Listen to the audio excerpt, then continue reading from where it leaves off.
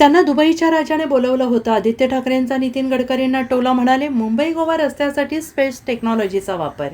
ठाकरेंच्या शिवसेनेचे आमदार आदित्य ठाकरे सध्या आक्रमक झालेले आहेत. मुंबईतील मोकळ्या मैदानांना बिल्डरच्या घशात घालण्याचं काम सरकारकडून सुरू असल्याचा आरोप त्यांनी केला होता आणि त्याच अनुषंगाने ठाकरेंच्या वतीनं मुंबईत तिरंगा झेंड्याखाली मैदान वाचवा असा मोर्चा देखील काढण्यात आला आहे.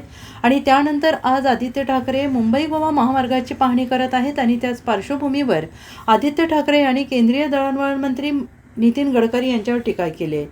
मुंबई गोवा महामार्गावर पाहणी करताना हा पूल स्पेस टेक्नॉलॉजीने बांधला आणि काही दिवसातच हा ब्रिज बंद झाला. नॅशनल हायवेच्या लोकांनी ऑडिट केलं, त्यानंतर ब्रिज हा बंद केला. मुंबई गोवा महामार्गावरचा हा ब्रिज आहे. काही ठिकाणी खड्डे आहेत. मागे टनेल आपण बघितलं, त्या टनेलमध्ये पाणी साचलं आहे. आता मासे तिथे पाहायला मिळतात असं म्हणत आदित्य ठाकरे यांनी रस्त्याच्या कड्या मुद्द्यावरून सरकारवर निशाणा साधलेला आहे. 10 वर्षांपासून आम्ही ऐकतोय की गणपतीच्या आधी हा रस्ता होणार असं म्हणतात. मात्र मंत्री येतात, PWDचे लोक येतात आणि तरी रस्ता पूर्ण होत नाही असं म्हणत आदित्य ठाकरेंनी मुंबई गोवा महामार्गावरून मंत्री महोदयांना लक्ष केलंय. काही दिवसांपूर्वी दुबईच्या राजाने मंत्री महोदयांना दुबईचे रस्ते बनवायला बोलवलं होतं असं मी ऐकलंय. असं म्हणत आदित्य ठाकरे यांनी नितीन गडकरींना टोला लगावलाय.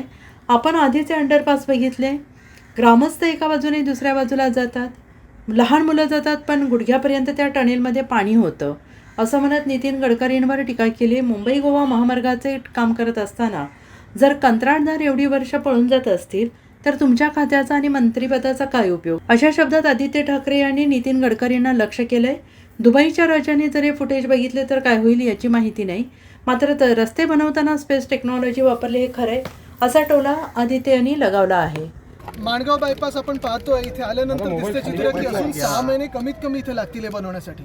खरं तर हा महामार्ग मला वाटतं जवळपास 1 दशक हे चालूच आहे. आणि NHAI कडून जे आम्हाला सांगितलं जातं की गणपतीच्या आधी होणार किंवा नंतर डिसेंबरची तारीख येते, तसं तर डिसेंबरची तारीख आली. आता इथे उभं राहिल्यानंतर परिस्थिती आपण पाहतोय, रॅम्प एखादा इथे झालेला आहे, पण अजून कोकण रेल्वेकडून परवानगी, मेगा ब्लॉकचं परवानगी, गर्डर लॉन्चिंग, 16 मधून 4च गर्डर तयार आहेत.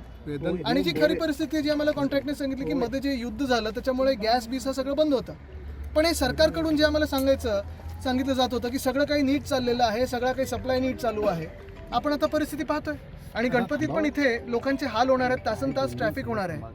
सरकारने कमीत कमी इथे थोडे ट्रॅफिकचे कॉन्सिक्वन्स देऊन त्या वेळेसाठी जे काही ट्रॅफिक होऊ शकेल तिथे काही मार्ग काढू शकतो का आपण, हे बघणं गरजेचं आहे. गडकरी असं म्हणतात वारंवार की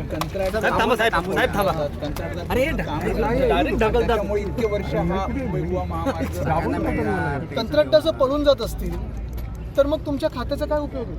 आणि मुख्य गोष्ट हीच आहे की आपणच सांगताय ना की काय सांगून झाले. आता मी त्याच्यात जात सुद्धा नाही, पण दुबईच्या राजाने जर असं हे फुटेज बघितलं तर काय होईल माहिती नाही. पण स्पेस टेक्नॉलॉजी वापरली एवढं.